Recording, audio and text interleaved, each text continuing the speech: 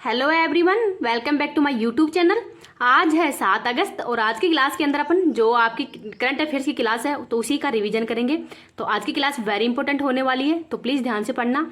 तो चलो बिना देर किए आज की क्लास की शुरुआत करते हैं क्वेश्चन नंबर 1 से। यूक्रेन शांति वार्ता है, इसका आयोजन कहाँ पे किया गया है? तो सऊदी अरब के जेद्दाह स्थान पर ही इसका आयोजन किया गया है। और यहाँ पर जो यूक्रेन के राष्ट्रपति जेलेंस्की हैं उनके द्वारा 10 सूत्री शांति पर जो चर्चा है वो की गई है। भारत की तरफ से अजीत डोभाल जो कि राष्ट्रीय सुरक्षा सलाहकार हैं वो इसमें भाग लिए हैं। इसमें रूस के को आमंत्रित ही नहीं किया गया। मतलब यूक्रेन शांति वार्ता जब रूस ही नहीं भाग लेगा तो इसकी वार्ता कैसी होगी, मतलब कैसे शांति सूत्र होंगे इसमें। तो इसमें रूस है उसको आमंत्रित नहीं किया गया, केवल जो यूक्रेन के राष्ट्रपति हैं उनके द्वारा ही जो 10 सूत्री शांति है वार्ता है उस पर चर्चा की गई है। अब देखते हैं कि यूक्रेन की राजधानी कीव है, यूक्रेन की मुद्रा तो रिटी नया है, रूस की राजधानी मास्को है और रूस की मुद्रा है वो रूबल है, तो इसको भी याद रख लीजिएगा। आगे देखते हैं कि 24 फरवरी 2022 को ही रूस के द्वारा यूक्रेन पर आक्रमण किया गया था। नेक्स्ट देखते हैं ललन टॉप क्वेश्चन। मिन्स्क समझौता किस किस देश के मध्य हुआ है? तो यूक्रेन और रूस के मध्य हुआ था, बेलारूस के अंदर ही 2015 के अंदर। अब्राहम अकॉर्ड तो इजराइल और यूएई के मध्य हुआ है और इसकी मध्यस्थता है वो डोनाल्ड ट्रंप के द्वारा की गई है। ऑपरेशन गंगा है, ये यूक्रेन के अंदर फंसे हुए भारतीयों की वापसी के लिए ही भारत सरकार के द्वारा चलाया गया है। नेक्स्ट देखते हैं चेरनोबिल त्रासदी, ये यूक्रेन के अंदर 1984 के अंदर हुआ है, तो इसको भी याद रख लीजिएगा। इस क्लास की पीडीएफ है वो टेलीग्राम पे मिल जाएगी, टेलीग्राम का लिंक इस वीडियो के कमेंट सेक्शन के अंदर पिन कर दूंगी, तो वहां से आप इसकी पीडीएफ प्राप्त कर सकते हैं। नेक्स्ट देखते हैं क्वेश्चन नंबर 2। विश्व तीरंदाजी चैंपियनशिप का आयोजन कहाँ पे किया गया है? तो बर्लिन जर्मनी के अंदर। भारत है उसमें पहली बार ही गोल्ड मेडल जीता है, तो भारत के द्वारा टोटल 3 गोल्ड मेडल और 1 ब्रॉन्ज मेडल जीता है। तो गोल्ड किस किस ने जीता है? तो मेल में जीता है ओजस परवीन ने और फीमेल के अंदर जीता है अदिति गोपीचंद के द्वारा। अदिति गोपीचंद का खेल कौन सा है? तीरंदाजी है। और 1 गोल्ड है वो महिला टीम ने जीता है जिसमें ज्योति, अदिति और परनीत है ये शामिल है, तो इनके द्वारा 1 गोल्ड जीता गया है, इसको भी याद रख लीजिएगा। अब देखते हैं कि अदिति अशोक का संबंध किस खेल से है? तो गोल्फ से है। भवानी देवी का संबंध तलवारबाजी से है। लवलीना बोरगोहन और निखत जरीन है, इन दोनों का संबंध बॉक्सिंग से है। नेक्स्ट देखते हैं बैडमिंटन से संबंधित। मलेशिया मास्टर्स के विजेता कौन है? तो एच प्रणय है। कनाडा ओपन के विजेता लक्ष्य सेन है। स्विस, कोरिया तथा इंडोनेशिया ओपन के विजेता है सात्विक एंड चिराग।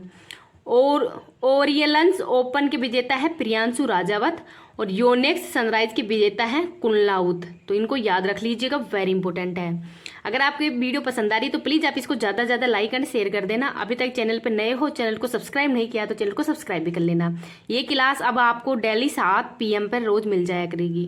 क्वेश्चन नंबर 3 देखते हैं, वेरी इंपॉर्टेंट है। जीन वेरिएंट CHDIL किस रोग के नियंत्रण में सहायक है? तो एड्स रोग के नियंत्रण में सहायक है। तो एड्स है वो HIV वायरस है, को HIV वायरस उसको नियंत्रित करने के लिए ही ये उपयोग में किया जाएगा। और ये वेरिएंट है वो अफ्रीकी लोगों के अंदर ही खोजा गया है। तो HIV क्या होता है? तो ह्यूमन इम्यूनो डिफिशियंसी वायरस होता है और ये शरीर के जो प्रतिरक्षा तंत्र है उसको कमजोर कर देता है। जीन क्या होता है? तो DNA का ही खंड होता है जिसमें विशेष लक्षण होते हैं और ये विशेष प्रोटीन है उसको भी बनाता है। एड्स तो एक्वायर्ड एमिनो डिफिशियंसी सिंड्रोम, तो ये इसकी फुल फॉर्म है। सबसे शक्तिशाली WBC तो T लिम्फोसाइट है और ये HIV है, ये सबसे पहले T लिम्फोसाइट है, इसको ही नष्ट करता है, तो इसको भी याद रख लीजिएगा। आगे देख लेते हैं Lallan top question. ELISA test है वो एड्स के लिए किया जाता है। कृत्रिम जीन का संश्लेषण करने के लिए किसे नोबेल पुरस्कार मिला है? तो हरगोविंद खुराना को मिला है 1968 के अंदर ही। प्रोटीन किसके बहुलक होते हैं? तो एमिनो एसिड के बहुलक होते हैं। आगे देख लेते हैं क्वेश्चन नंबर 4। आइंस्टीन क्रॉस का संबंध किससे है? तो दुर्बल खगोलीय घटना से संबंधित है। और हाल ही के अंदर जो आकाश गंगा के लेसिंग है वहां पर एक भविष्य, मतलब जो आइंस्टीन है इनके द्वारा ही 1915 के अंदर भविष्यवाणी कर दी गई थी, इस वजह से ही जो आइंस्टीन क्रॉस है वो इसका नाम रखा गया है दुर्बल खगोलीय घटना का ही। तो जो युवा आकाश गंगा केंद्र है जिसमें कि सुपर मेसिव ब्लैक होल भी है, जो क्रॉस है तो इसकी आकृति कैसी होती है? तो क्रॉस की समान होती है और एक क्वासर जैसी आकृति है, इस वजह से इसको क्रॉस नाम दिया गया है। आगे देख लेते हैं ललन टॉप क्वेश्चन। J200LJ27 छोटे ग्रह का नाम किस खगोल शास्त्री के सम्मान में रखा है? तो अश्विनी शेखर के सम्मान में ही। प्रकाश वर्ष किसका मात्रक है? तो दूरी का। दूरी की सबसे बड़ी यूनिट कौन सी है? तो पारसेक है, तो इसको भी याद रख लीजिएगा। आगे देखते हैं क्वेश्चन नंबर 5। चंद्रमा की कक्षा के अंदर ही सफलतापूर्वक प्रवेश करने वाला मिशन इसरो का कौन सा है? तो इसमें चंद्रयान फर्स्ट, सेकंड और थर्ड तीनों ही जो मिशन है वो है। इसरो की स्थापना 15 अगस्त 1969 में की गई है। हेडक्वार्टर बेंगलुरु के अंदर है और इसके वर्तमान में हेड सोमनाथ है।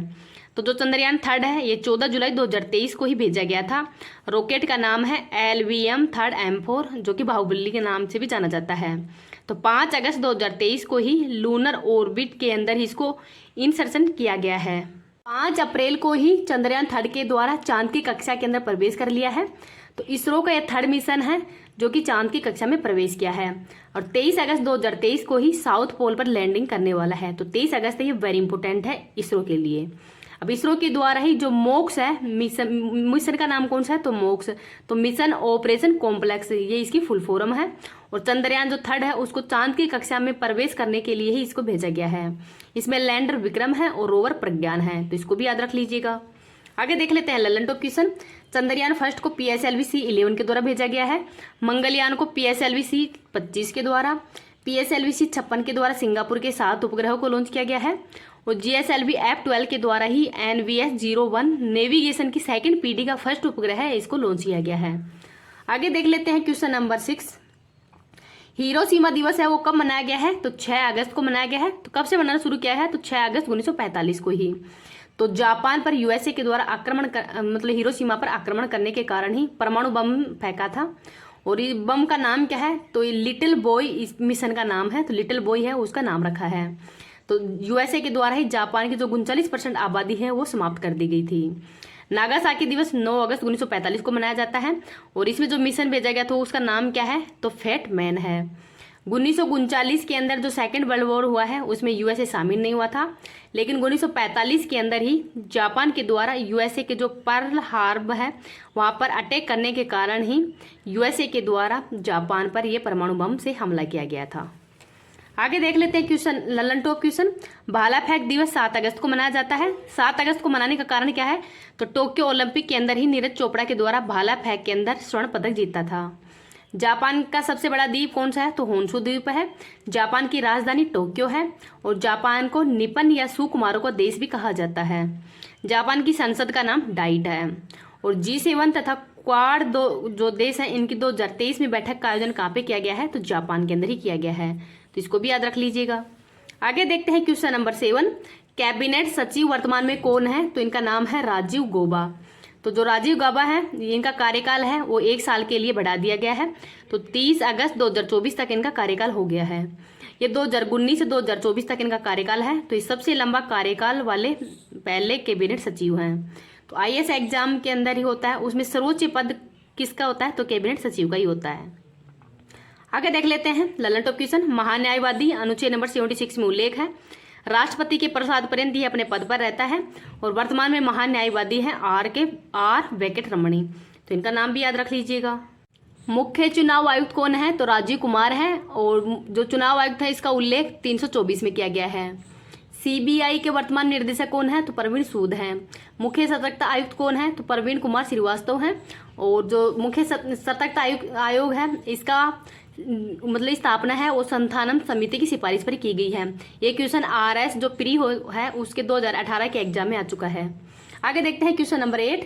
पहला ऑन साइट प्रतिष्ठित स्थल संग्रहालय है वो कहाँ पे स्थापित किया है? तो तमिलनाडु के थुत्तुकुड़ी जिला के अंदर ही। वहाँ पर जो आदिनचनलूर स्थान है वहाँ पर ये इसको प्रतिष्ठापित किया गया है। और जो आदिनचनलूर है ये लोहा युगीन स्थल है। शुरुआत है वो वित्त मंत्री निर्मला सीतारमण के द्वारा ही किया गया है और ये भारत का पहला है। यहाँ पर कठोर कांच के गड्ढे के अंदर ही उस स्थान से प्राप्त सभी उत्पाद या साक्ष्य रखे जाएंगे, जिससे कि जो आगंतुक या अतिथि जो भी यहाँ पर आएंगे वो इनको देख सकते हैं। आगे देख लेते हैं ललन टॉप क्वेश्चन। हड़प्पा सभ्यता का सबसे बड़ा संग्रहालय राखीगढ़ी हरियाणा में है।